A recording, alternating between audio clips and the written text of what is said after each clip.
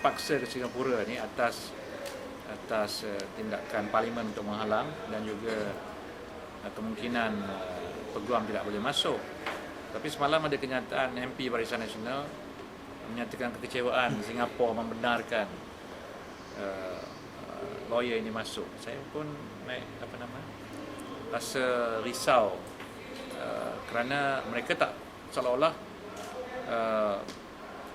menghasut negara lain untuk bertindak sama macam Malaysia untuk menghalang taklimat kepada ahli parlimen ini.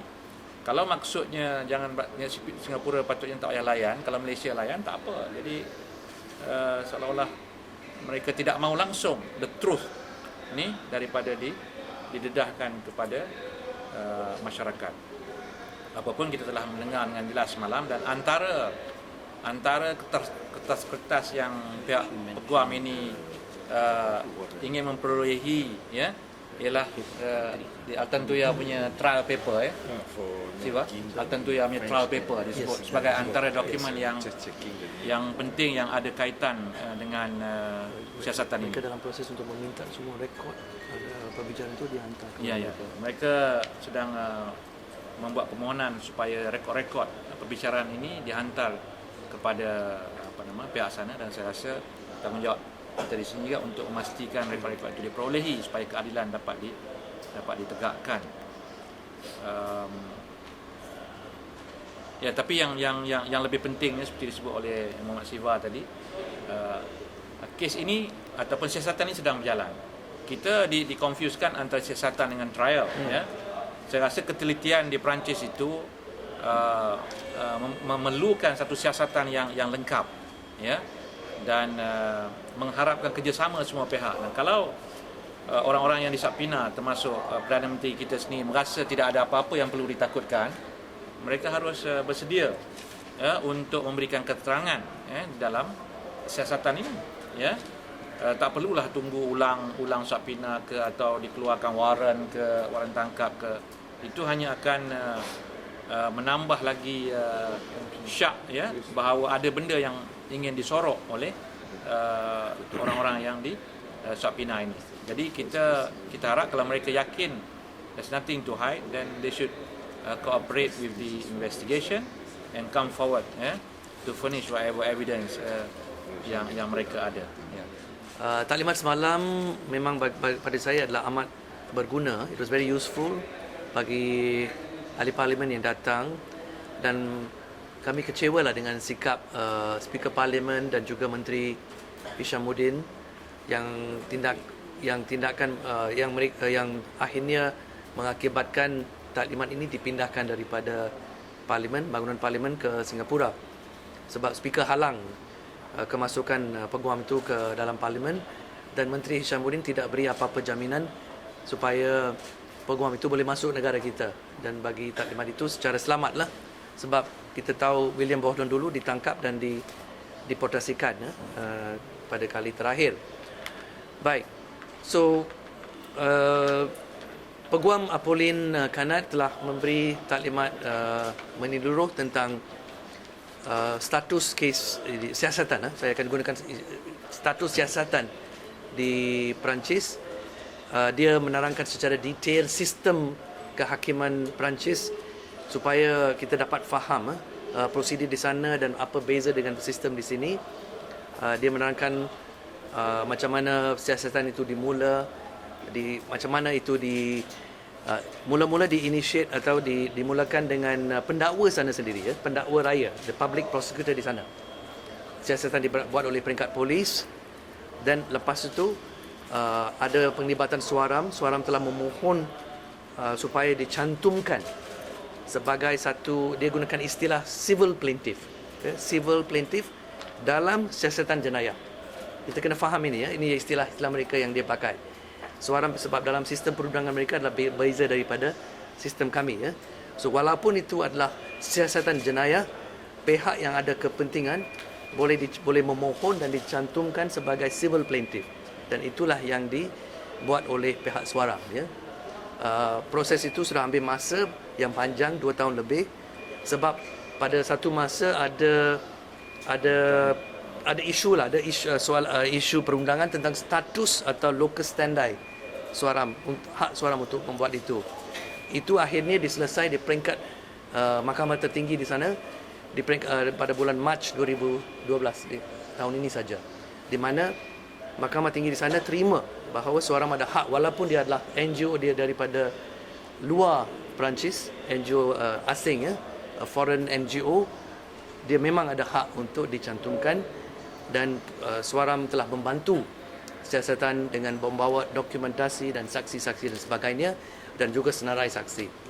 So ini semua diterangkan semula dan diperjelaskan secara detail oleh Peguam Apollin Kanat semalam, dan dia beritahu lepas jadi kes sudah berjalan lepas siasatan ini telah bergerak secara penuh lepas April, dan status dia sekarang di mana senarai saksi itu telah diterima oleh hakim.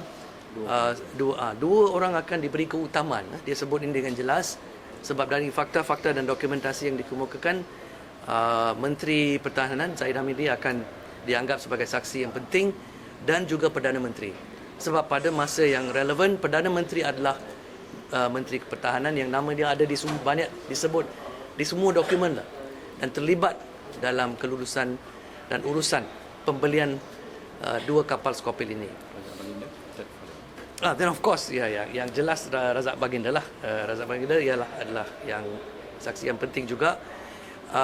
Beliau juga menerangkan, peguam ini menerangkan bahawa proses sapina untuk saman saksi masih berlangsung.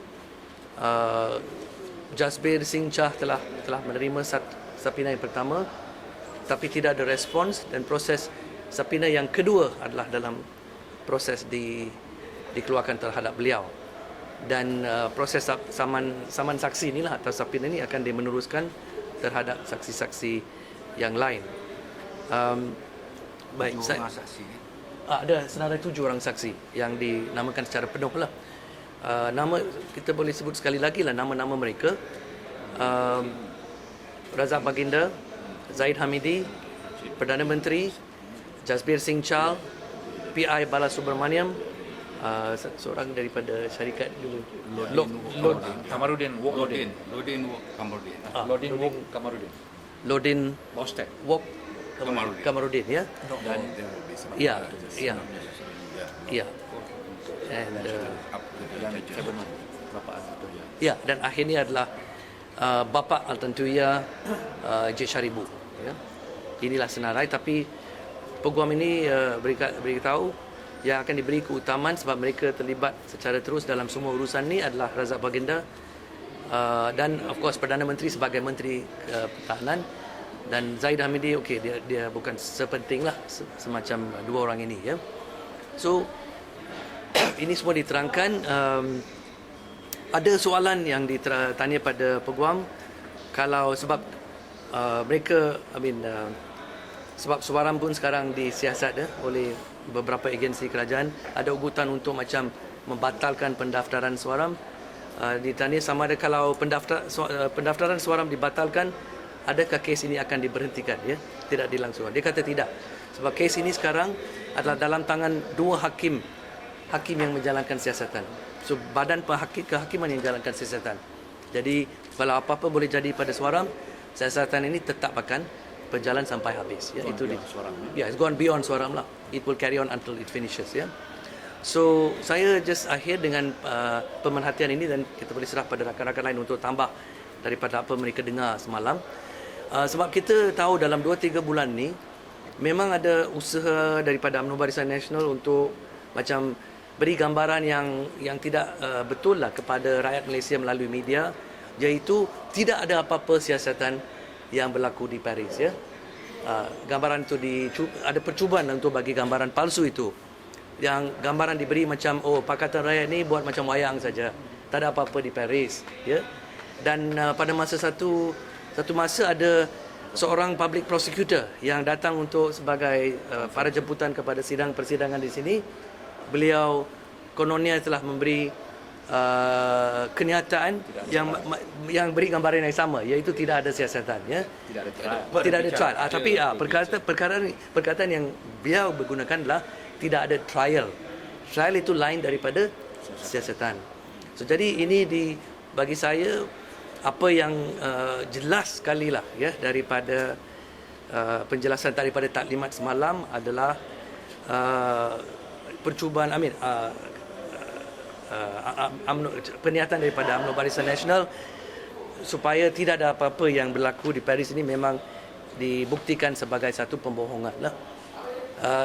Sebab Peguam Apollin Kanat telah jelaskan secara detail apa yang berlaku, terlalu jelas lah. Memang ada judicial investigation yang sekarang berlangsung di Paris, dan di sana itu satu proses yang is quite a powerful process sebab dibuat oleh dua hakim yang kanan, is by a special section of the judiciary yang buat siasatan ini, dan mereka ada kuasa yang luas. Mereka boleh arahkan polis untuk melakukan apa-apa siasatan, mereka boleh ambil statement daripada saksi, mereka boleh saman orang untuk datang dan bagi keterangan, dan mereka juga boleh hantar misi kalau pergi, dan boleh pergi sendiri pun ke luar Perancis untuk menyiasat. Dan Peguam kata hakim-hakim ini sekarang dalam pertimbangan untuk pergi ke beberapa negeri-negeri termasuk Malaysia untuk melanjutkan siasatan mereka. So bagi saya jelas apa yang berlaku semalam, dengan jelas kita dah